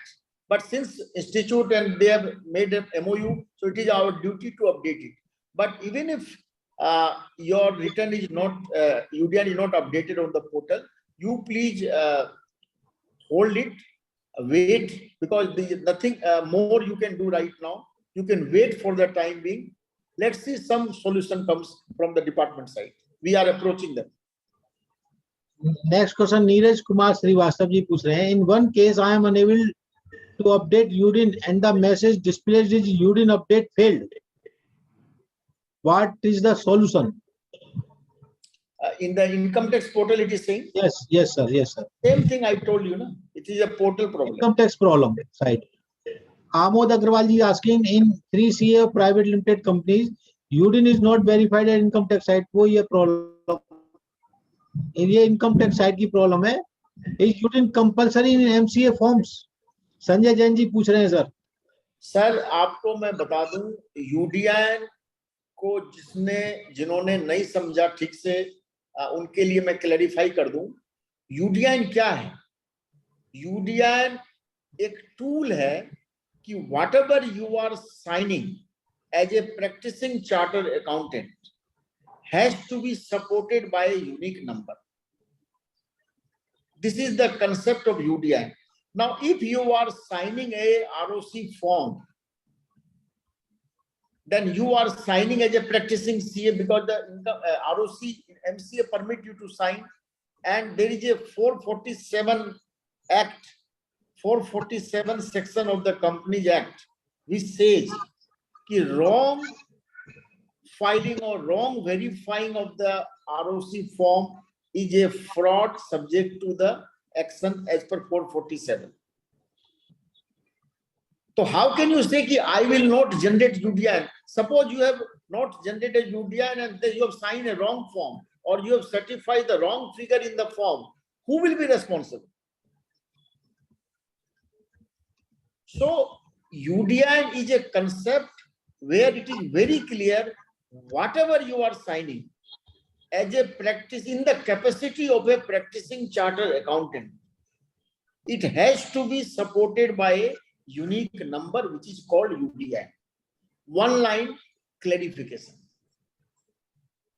It can be internal audit, it can be stock audit, it can be management report. If those reports are signed as a capacity of a practicing CA, because internal audit can be done by non-CA also. But if you have signed these reports as a practicing chartered accountant, UDIN has to be generated. Sir, next question. Neeraj Srivastava ji पूछ रहे हैं, what is the remedy for not accepting UDIN by the income tax portal where all fields are correct and matching? You raise a query to the CBDT portal. We are also approaching them. Some solution will come. Sir एक question मेरे WhatsApp पे आया है sir कि what is the consequence if a member forget to generate UDIN? There is a schedule 2 part 2 clause 1 which says if you are not following the council guideline, direction, act, regulation of the ICI, then it is a professional misconduct. Schedule 2 part 2 clause 1, I call it 221. 2 for remembrance, I call it 221. Schedule 2 part 2 clause 1. Now this UDIN is a council guideline which has been notified in the Gazette also. So if you are not following the UDIN guideline, then it is a professional misconduct. And if anybody complains, then it is a professional misconduct. Now, many times it happens, you have not generated the UDIN, you have forgotten. So my advice to those members, even if you have forgotten, it is time 60 days has crossed. Whenever you come to know, you please generate. On that particular day, generate. Because that will be a case of a late compliance, then non-compliance. So when this will be a case of a late compliance, and suppose you have generated 100 UDIN in a year, and 2, 3, 5, these kind of cases are there. So the disciplinary directorate or a committee will take in that right spirit what to do in those cases. Whether you are complying, you are a compliant or a non-compliant. But my advice to whenever you discover you have forgotten, please generate. सरिया साहब मेरे से आपसे कुछ question पूछ रहे हैं. सरिया साहब आप पूछिए, अनम्यूट करके पूछिएगा सर. सरिया साहब. हाँ, आगे आवाज. हाँ जी. हेलो। हाँ पूछो सर, पूछो, क्वेश्चन पूछो सर। हाँ सर, अभी ये कह रहे थे कि जो फॉरगेट हो जाते हैं उसको आप 60 दिन के बाद भी जनरेट कर सकते हो। जी सर। जो हाँ, तो 60 दिन लेकिन के बाद 60 दिन के बाद जनरेशन का आपको परमिशन पोर्टल पर नहीं है, वहां हाँ, पर यही मैं कह रहा था। फिर आपको डेट वगैरह चेंज करके आपको वहां डिस्क्रिप्शन में ये नोट कर देना पड़ेगा कि हमने ये डेट चेंज किया, 60 दिन के बाद निकाला। Whatever facts is there you disclose. Okay. So when you disclose, and these are the once or twice in 100 UDN, the disciplinary director will take in that way. Okay, वहाँ date तो change करके ही करना पड़ेगा। ठीक, और option नहीं है, और कोई ऑप्शन नहीं है। और ऑप्शन नहीं है, सॉरी। हाँ, वही मैं कह रहा हूँ। Thank you. लेकिन आप जनरेट जरूर करें, मेरा आपको ये रिक्वेस्ट है कि आप जनरेट जरूर करें। ठीक है, thank you sir. Next question Jain साहब, आज राजेश जैन जी ने हैंड रेज किया है। सर आप अनम्यूट करके आप पूछे। हाँ सर, पूछिए सर। जैन साहब, आस्क योर क्वेश्चन। 5 मिनट हो गए। जैन साहब, जैन साहब, आस्क योर क्वेश्चन। जैन साहब, आपको? हाँ सर, आवाज आ रही है, बोलो। मेरा जो क्वेश्चन था वो सरिया साहब ने पूछ लिया है, लेकिन मेरा अभी भी इसमें व्यू ये है कि अगर हम डेट चेंज करके अगर यूडीएन जनरेट करते हैं तो उसका जो इंस्टीट्यूट चाहे व्यू ले ना ले, लेकिन कोर्ट उसका एडवर्स व्यू ले सकती है कि आपने डेट चेंज करके उसको कैमोफ्लेजिंग करके या उसको डिजाइन करके उसका यूडीएन जनरेट किया है। नहीं, मैं आपको क्लियर कर दूं सर, मैं आपको एक डिस्क्लेमर दे चुका हूं कि ये लेट कंप्लायंस है।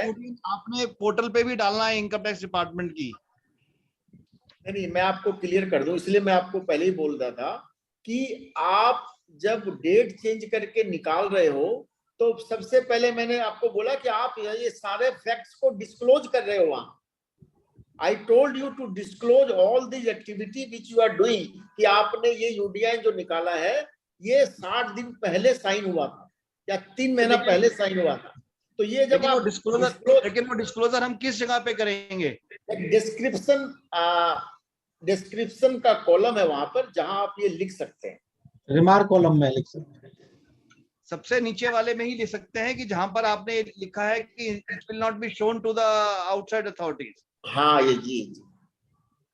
और कोई जगह नहीं है वहां पे क्या नाम जो लिखने के लिए, क्योंकि वो जो मांगता है वो सारी फिगर वर्क्स मांगता है, और जो आपका डॉक्यूमेंट साइंड है उसका नेचर डिस्क्रिप्शन मांगता है डॉक्यूमेंट्स का।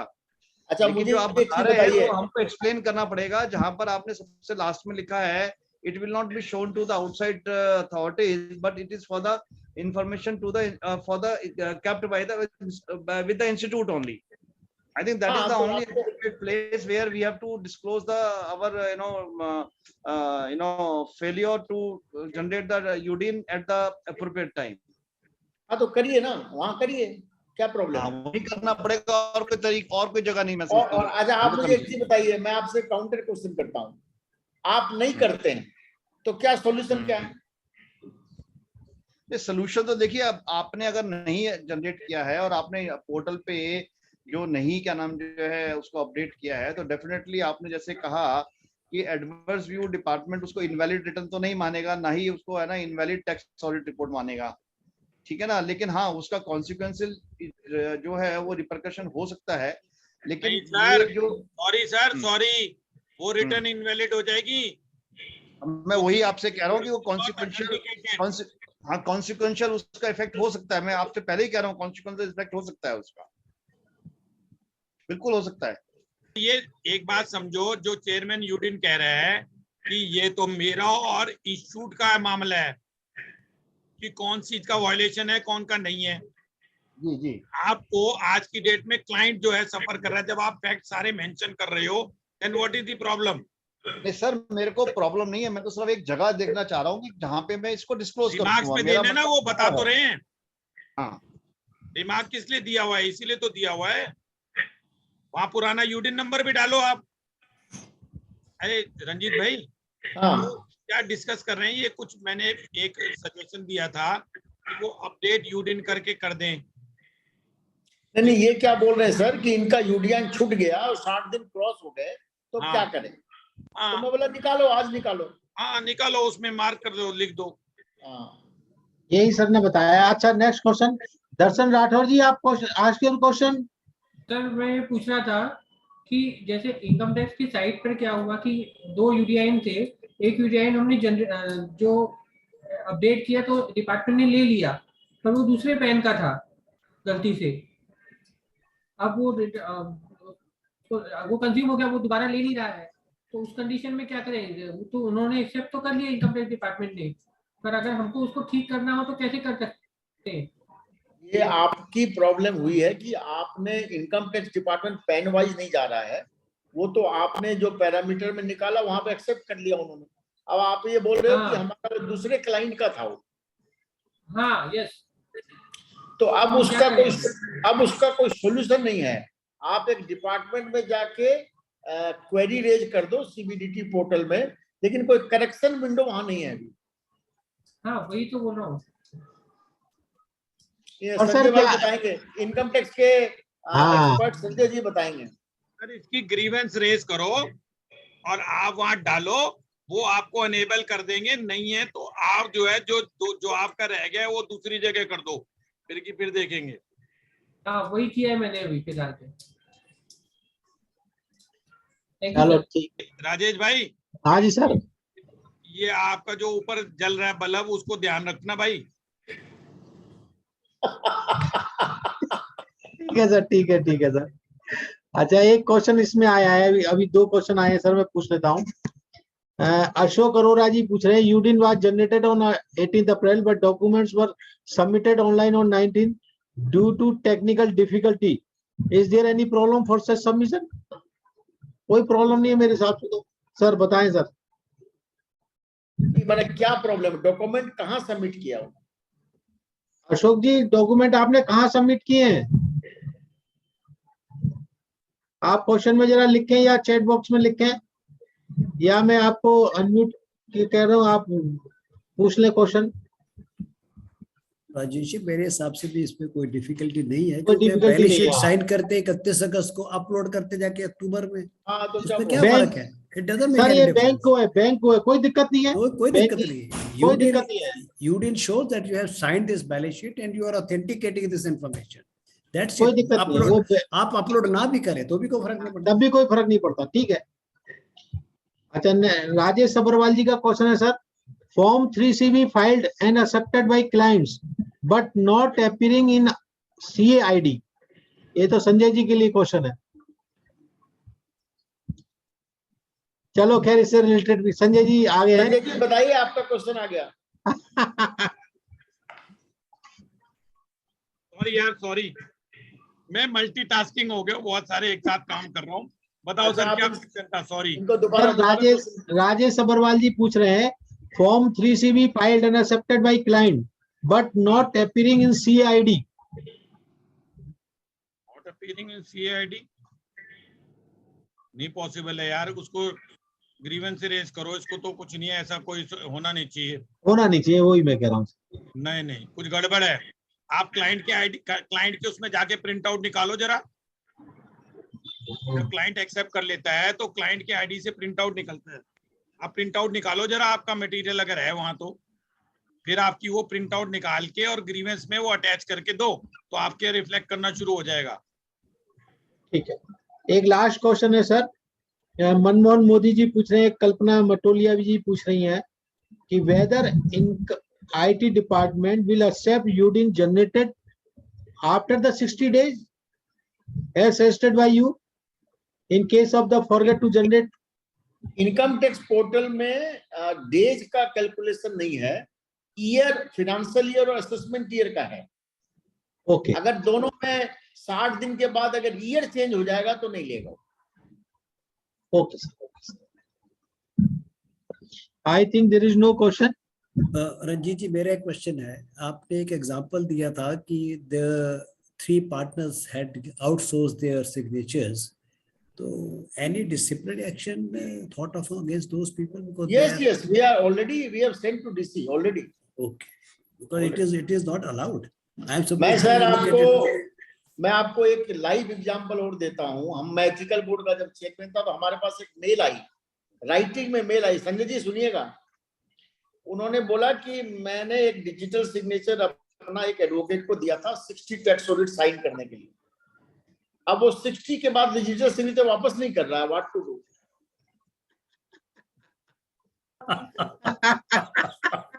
वो खुद ही एक्सेप्ट कर लिया उन्होंने। ये राइटिंग में है हमारे पास मेल।